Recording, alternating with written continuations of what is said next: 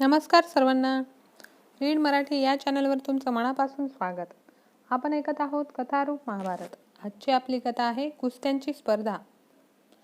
पांडवांची राणी द्रौपदी राणीच्या महालात फुलांच्या वेण्या गुंफीत बसली.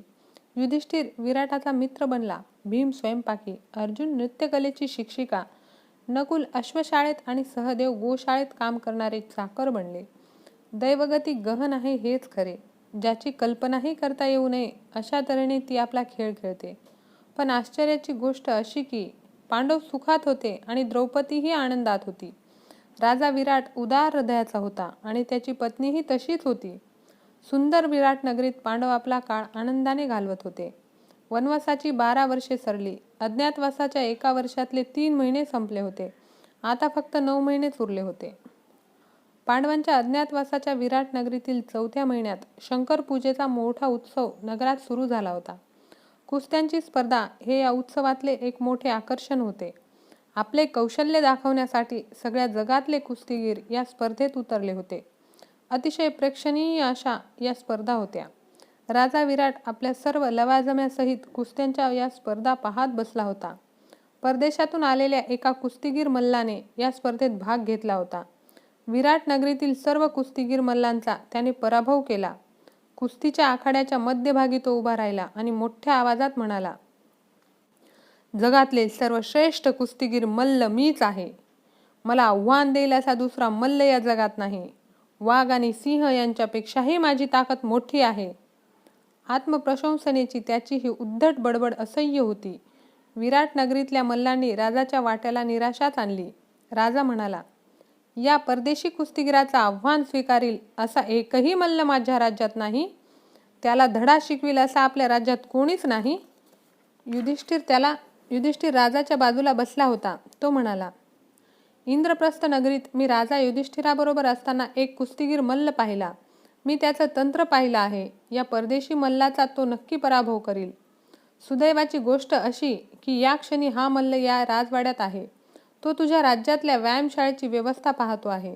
राजा, तू त्याला बोलावून घे. माझी खात्री आहे की तो या परदेशी मल्लाला माती चारेल. युधिष्ठिराची ही सूचना ऐकून राजा विराट अगदी खुश झाला. विराटाची कीर्ती सावरणारा राज्यात कोणीतरी आहे हे कळून राजाला आनंद झाला. त्याने भीमाला बोलावून घेतले. विराट म्हणाला, बल्लवा, कंक मला म्हणतो आहे की त्यानं तुला पांडवांच्या इंद्रप्रस्थ नगरीत कुस्ती खेळताना पाहिलं आहे. या परदेशी मल्लाचा तू कुस्तीत पराभव करू शकशील असं त्याला वाटतं आहे. कृपा करून मला सांग, या बडाईखोर मल्लाचा तू पराभव करू शकशील काय? भीमाने आखाड्याच्या मध्यभागी उभ्या असलेल्या त्या परदेशी मल्लाला पाहिले.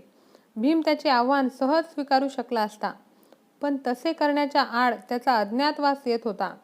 कुस्ती खेळण्याच्या तंत्रावरून आपण भीम आहोत हे ओळखले जाण्याची भीती त्याला वाटत होती. पण आता राजानेच त्याला बोलावणे पाठवले होते आणि तेही त्याचा भाऊ युधिष्ठिर याच्या सूचनेवरून. भावानेच त्याचे नाव सुचवले असल्यामुळे त्या परदेशी मल्लाशी कुस्ती खेळण्यास भीम तयार झाला. भीम राजा विराटाला म्हणाला, महाराज, मी या माणसाशी कुस्ती खेळेन आणि अगदी नक्की त्याचा पराभव करीन. माझ्या कुस्ती खेळण्याच्या पद्धतीची राजा युधिष्ठिर नेहमी प्रशंसा करीत असे. मी बराच काळ आपल्या सेवेत आहे. आपण मोठ्या ममतेनं मला वागवलं आहे. आपल्या प्रेमाची आणि दयेची या निमित्तानं मी लहानशी परतफेड करण्याचा प्रयत्न करीन. शंकराच्या कृपेनं या माणसाचा मी पराभव करीन आणि मत्स्य देशाची कीर्ती गाजत ठेवीन. भीमाने मल्लयुद्धाची तयारी केली. कुस्तीगिराचे घट्ट कपडे घालून त्याने क्रुद्ध चित्त्यासारखा कुस्तीच्या आखाड्यात प्रवेश केला. प्रेक्षकांची उत्सुकता अगदी शिगेला पोहोचली होती. सगळीकडून ते मोठमोठ्याने घोषणा देत होते. कुस्ती सुरू झाली. सिंहासारखी गर्जना करीत भीम हल्ला करीत होता. भीती वाटावी अशी ती लढाई होती. आपली सगळी शक्ती एकवटून भीम लढत होता. कुस्ती जिंकून त्याला राजाला प्रसन्न करायचे होते आणि आपल्या भावाचा शब्द खाली पडू द्यायचा नव्हता. क्रीडाप्रेमी युधिष्ठिराला या परदेशी मल्लाचे आव्हान न स्वीकारताच परत जाऊ द्यायचे नव्हते. त्यासाठीच त्याने भीमाला कुस्ती खेळण्याची सूचना दिली होती.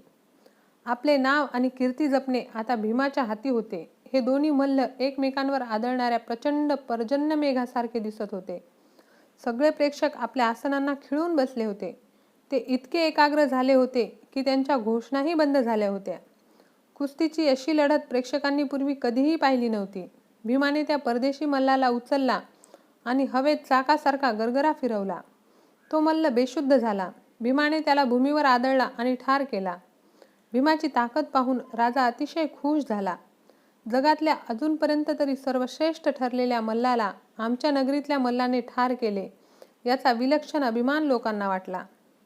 विराट राजाला भीम आवडत होताच, पण या घटनेनंतर राजाचे भीमावरचे प्रेम अधिकच वाढले.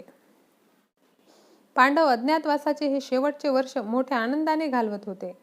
ते वातावरणच असे सुखाचे होते. बऱ्याच काळानंतर त्यांनी अशी शांती अनुभवली होती. गेली काही वर्ष त्यांनी इतका अन्याय आणि वाईट वागणूक सोसली होती की विराट राजाचे प्रेम म्हणजे आपल्या दुखावलेल्या हृदयावर लावले गेलेले वेदनाशामक औषधी मलम आहे असेच त्यांना वाटले. महिने भराभर उलटत होते. 10 महिने बघता बघता 10 दिवसांसारखे उडून गेले. आपण आनंदात असलो की काळ भरभर निघून जातो असे वाटते, पण आपण दुःखात असलो की काळ रेंगाळतो आहे असेच वाटते. 12 वर्षाचा वनवास पांडवांना प्रदीर्घ वाटला होता. हा वनवास संपल्यानंतरचे अज्ञातवासाचे समोर असलेले 13वे वर्ष पांडवांना भयकारक वाटत होते. ते 13वे वर्ष अतिशय कठीण जाणार असे पांडवांना वाटले होते, पण प्रत्यक्षात तेच सर्वात सुखाचे वर्ष ठरल्याचा अनुभव पांडवांना येत होता. नमस्कार सर्वांना. आपण ऐकत आहोत कथारूप महाभारत. कथा आवडत असतील तर चॅनलला सबस्क्राईब करायला विसरू नका. आपली पुढची कथा आहे राधेयाचे स्वप्न. पूर्वी एकदा युधिष्ठिराला भेटण्यासाठी लोमास पृथ्वीवर आले होते. तेव्हा ते खास त्याच्यासाठीच असलेला इंद्राचा निरोप घेऊन आले होते. निरोप असा होता: मला ठाऊक आहे की तुझ्या मनात सारखी एक भीती असते आणि ती म्हणजे राधेयाची. राधेय अर्जुनाचा वध करील असं तुला वाटतं. राधेय हा भार्गव ऋषींचा शिष्य आहे आणि तो अर्जुनापेक्षा चांगला धनुर्धर आहे. अर्जुन पृथ्वीवर परत आला की मी या गोष्टीची काळजी घेईन. युधिष्ठिराने ही गोष्ट कुणालाच सांगितली नव्हती. युधिष्ठिराला आपण दिलेले वचन इंद्राला आता आठवले. राधेयाची शक्ती त्याच्याकडून हिरावून घेण्यासाठी काहीतरी करण्याचा त्याने निश्चय केला. पांडवांच्या अज्ञातवासाचे 13वे वर्ष सुरू होते. एका रात्री राधेय हिमाहूनही शुभ्र अशा आपल्या शय्येवर झोपला होता. मध्यरात्र झाली होती. आपला पुत्र राधेय याच्यासाठी प्रेमाने हृदय भरून आलेला सूर्य ब्राह्मणाच्या रूपात राधेयाच्या स्वप्नात आला आणि त्याला म्हणाला: राधेया, माझं ऐक. मी तुला आता जे काही सांगणार आहे ते तुझ्या भल्यासाठी. तू अतिशय सज्जन आणि सत्यवादी आहेस. तू एक व्रत घेतला आहेस. माध्यान्नीच्या वेळी सूर्याची पूजा तू करत असताना कोणीही याचक तुझ्याकडे आला तर त्याच्या सर्व इच्छा तू पूर्ण करतोस. त्याला रिकाम्या हातानं कधीही परत जाऊ देत नाहीस. तो जे मागेल ते त्याला देतोस. तू त्याच्या विनंतीला कधीही नाही म्हणत नाहीस. या तुझ्या व्रताचा फायदा घेऊन पांडवांचा हितचिंतक इंद्र उद्या एक विनंती घेऊन तुझ्याकडे येणार आहे. ब्राह्मणाचं रूप घेऊन तो तुझ्याकडे येईल. तुझं कवच आणि कुंडल यांची तो मागणी करील. ती तू त्याला देऊ नकोस. ही कवच कुंडल ज्याला आदितीकडून मिळाली होती अशा कोणीतरी तुला दिलेली आहेत. ती तुला कोणी दिली हे मी सांगणार नाही, कारण मी ते सांगता कामा नये असं माझ्यावर बंधन आहे. इंद्र कवच कुंडलांची मागणी करेल तेव्हा दुसरं काहीही माग असं तू त्याला सांग. तुझं सगळं राज्य तू त्याला देऊ कर. कवच कुंडल सोडून दुसरं काहीही देतो असं तू सांग. तुझ्या कानातली कुंडल जर गेली तर तू लवकर मरशील. दैवाचे कसलेही आघात परतवण्याचे सामर्थ्य तुझ्या या कवचात आहे. ते अभेद्य चिलखत आहे. कवच आहे तोपर्यंत तू अभेद्य आहेस. तुझ्या अंगावर कवच कुंडल आहेत तोपर्यंत तुझा कोणीही पराभव करू शकणार नाही. पण ती तुझ्या अंगावरून उतरली गेली की तुझा पराभव होईल आणि तू मारला जाशील.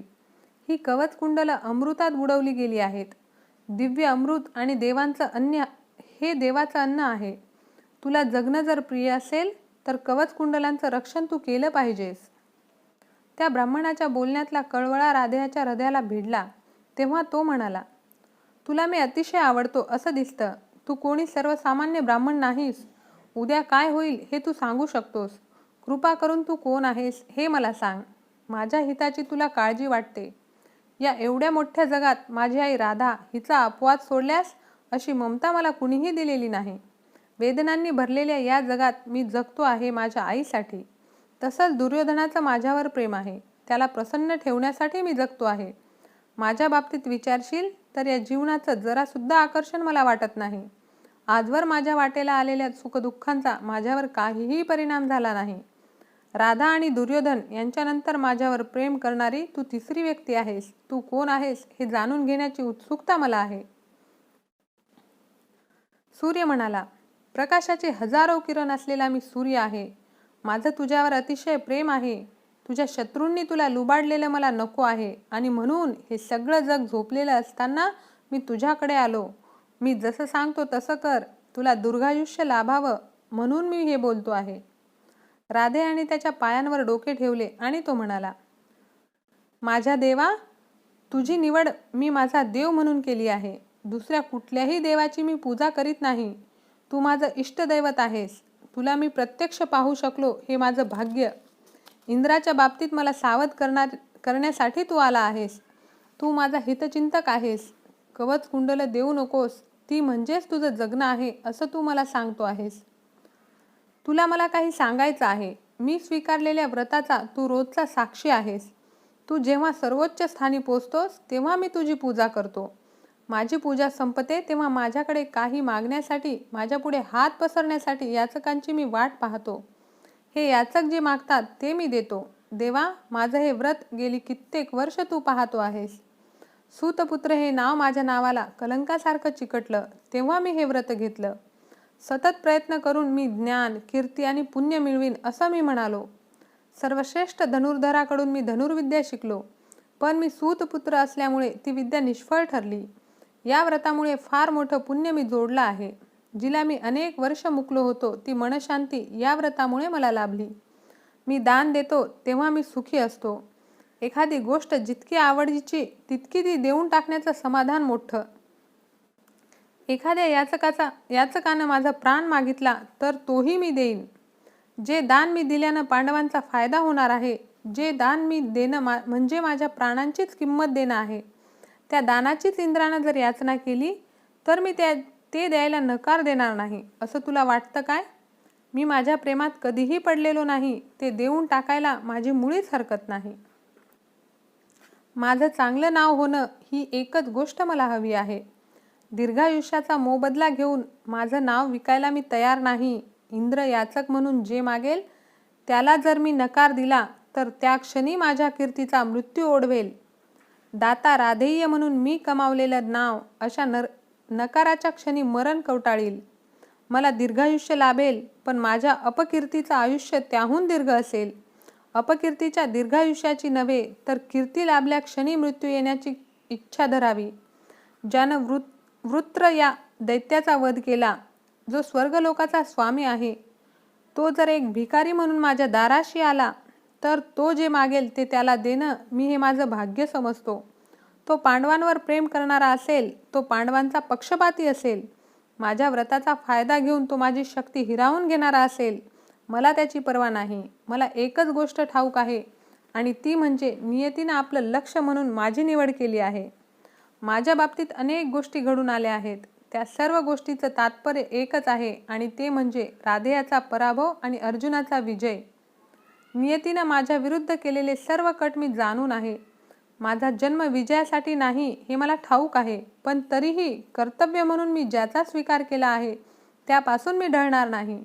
जो सर्वात मोठा दाता आहे, तो आपल्या समृद्धीनं या जगाला जगवतो असा इंद्र जर वर मागण्यासाठी माझ्या पुढे उभा राहिला तर तो ज्याची याचना करील ते त्याला देणं माझं परम भाग्य आहे असं मी मानतो. कीर्ती या स्त्रीला मी माझी वधू म्हणून निवडली आहे. माझ्या जीवनापेक्षाही कीर्तीवर माझं अधिक प्रेम आहे. ज्यानं कीर्ती मिळवली आहे अशा माणसाला स्वर्गलोकाचा लाभ होतो. अपकीर्ती म्हणजे विनाश. कीर्ती माणसाला नवजीवन देते. ती माणसाला तारुण्य देते. आईप्रमाणे ती माणसाचं संरक्षण करून त्याची काळजी घेते. इंद्राला जे हवं ते द्यायला मी नकार दिला तर मला दीर्घायुष्य लाभेल यात शंका नाही, पण मृत्यूनंतरच्या माझ्या नावाला अपकीर्तीचा कलंक लागेल. कीर्ती माणसाचं जीवन व्यापून टाकते. प्रत्येक गोष्ट नाश पावणारी असलेल्या या जगात कीर्ती ही एकच शाश्वत गोष्ट आहे. या पृथ्वीवरचं जीवन ती शुद्ध करते आणि जीवनापेक्षा ती दीर्घायुष्य असते. हे माझं शरीर नष्ट होईल आणि मला शाश्वत जीवनाची प्राप्ती होईल. ही संधी मी गमावून बसावं असं तुला वाटतं काय? मी माझ्या शक्तीची शर्थ करून लढेन. माझ्या प्रिय मित्राला प्रसन्न करण्यासाठी मी माझ्या शत्रूंना ठार करीन. मी कीर्ती मिळवीन. जे रणांगणावर मरण पावतात त्यांना स्वर्गाचा लाभ होतो. मी रणांगणावर लढताना मृत्यू पत्करीन. कीर्तीचं रक्षण करण्यासाठी मी माझा प्राण अर्पण करीन. इंद्र जे मागेल ते मी त्याला देईन, हे निश्चित आहे. सूर्य म्हणाला, राधेया, तुझ्यावर माझं अतिशय प्रेम आहे, तेव्हा हा वेडेपणा करू नयेस असं मी तुला पुन्हा पुन्हा सांगतो. तू तुझ्या पत्नीच्या आणि तुझ्या मुलांच्या सुखाचा बळी देतो आहेस. हे युद्ध जिंकण्यासाठी तुझ्यावर अवलंबून असलेल्या तुझ्या मित्राला तू दुःखी करतो आहेस. तुला कीर्ती मिळेल हे खरं आहे, पण ज्या कीर्तीचा उपभोग घ्यायला तूच जिवंत नसशील त्या कीर्तीचा उपयोग काय? जी कीर्ती तुला हवी आहे ती तुला मरणाच्या दारी घेऊन जाईल. तुझ्या शरीराची राख झाल्यानंतर तुझी ही राख उरेल. तिला तू मिळवलेल्या कीर्तीचा उपयोग काय? तुझ्यावर प्रशंसेचा वर्षाव होईल, पण ती ऐकायला तू इथं नसशील. तू माझ्यावर नेहमीच प्रेम केलं आहेस. माझंही तुझ्यावर प्रेम आहे. आपल्या या प्रेमासाठी एक गोष्ट मी तुझ्याकडे मागतो. तुला प्रिय असलेलं हे तुझं जीवन तू पांडवांना देऊन टाकू नकोस. तुझा मृत्यू जवळ आला आहे या कल्पनेनं मी असं अस्वस्थ का होतो आहे हे मी तुला सांगू शकेन, पण मला ते सांगता येणार नाही. तुझ्यावरच्या प्रेमामुळे एका देवानं तुला ही कवच कुंडलं दिली आहेत. त्यांचा तू त्याग करू नयेस इतकंच मी सांगेन. राधेया, अर्जुनाचा वध करणं ही एकच तुझी आकांक्षा आहे. तुझ्या अंगावर कवच कुंडलं असतील तरच हे शक्य आहे. कवच कुंडलं जर असतील तर तू जिंकला जाशील. कवच कुंडलं आहेत तोपर्यंत इंद्र किंवा रुद्र किंवा विष्णू हेही तुझा पराभव करू शकणार नाहीत. अर्जुनाचा वध करण्याची तुझी आकांक्षा जर तुला पूर्ण करायची असेल तर उद्या इंद्राच्या याचनेला तू होकार देता कामा नयेस. सूर्याच्या प्रेमाने राधेय भारावून गेला. तो म्हणाला, ज्याची पूजा मी केली आहे असा तू एकच देव आहेस. ज्याला मी माझा म्हणेन असा मला कोणीही नाही. मला पिता नाही, तो कोण आहे हे मला ठाऊक नाही. माझी माता कोण हेही मला ठाऊक नाही. मी जन्मलो त्या क्षणी तिनं माझा त्याग केला. माझ्यावर प्रेम करणारं कोणीही नाही. तू, फक्त तू आणि तूच असा एक आहेस की जो मला प्रिय आहे. माझ्यावर तुझं प्रेम असल्यामुळे मला सावध करण्यासाठी तू आलास. तू स्वतःशी म्हणालास, राधे माझा भक्त, त्याला मरणाचा धोका आहे असं त्याचं रक्षण केलं पाहिजे. तुझ्या दयेची परतफेड कशी करावी हे मला कळत नाही. तू प्रसन्न व्हावास यासाठी मी काहीही करीन, पण असं असूनही तुझी आज्ञा मी पाळू शकत नाही. मी तुझ्याकडे क्षमेची भीक मागतो. भयाचा अनुभव मी कधीच घेतलेला नाही. मरणाचं भय मला कधीच वाटलेलं नाही. पण एका गोष्टीची मात्र मला फार भीती वाटते, ती म्हणजे असत्य. मी स्वतःशी खोटं वागू शकत नाही. मी जे व्रत घेतलं आहे त्यापासून मी ढळणार नाही. याचकाला कधीही विन्मुख पाठवणार नाही. हे ते व्रत आहे. माझे प्राण कोणी मागितले तर हरकत नाही. उद्या इंद्र जे मागेल ते मला दिलंच पाहिजे. तुझ्या प्रेमळ हातांनी मला आशीर्वाद दे. कृपा कर आणि मला शाश्वत कीर्ती दे. सूर्य म्हणाला, सदाचरणाच्या मार्गावरून तुला कोणीही ढळवू शकत नाही. मरण स्वीकारील पण धर्माच्या मार्गावरून ढळणार नाही. अशा युधिष्ठिराहूनही तू श्रेष्ठ आहेस. मला तुझा अभिमान वाटतो. इंद्राला कवच आणि कुंडल यांचं दान केल्यानंतर त्यानं जर तुला वर माग असं सांगितलं तर तू त्याची वासवी शक्ती माग. तुझ्या कवच कुंडलांशी ती थोडीशी भरपाई होईल. राधेयाच्या स्वप्नातून सूर्य अंतर्धान पावला. राधेय झोपेतून जागा झाला आणि उरलेली रात्र जे स्वप्न पाहिले त्याचा विचार करीत राहिला. त्याला झोप येईना. पहाट होण्याची तो वाट पाहत राहिला.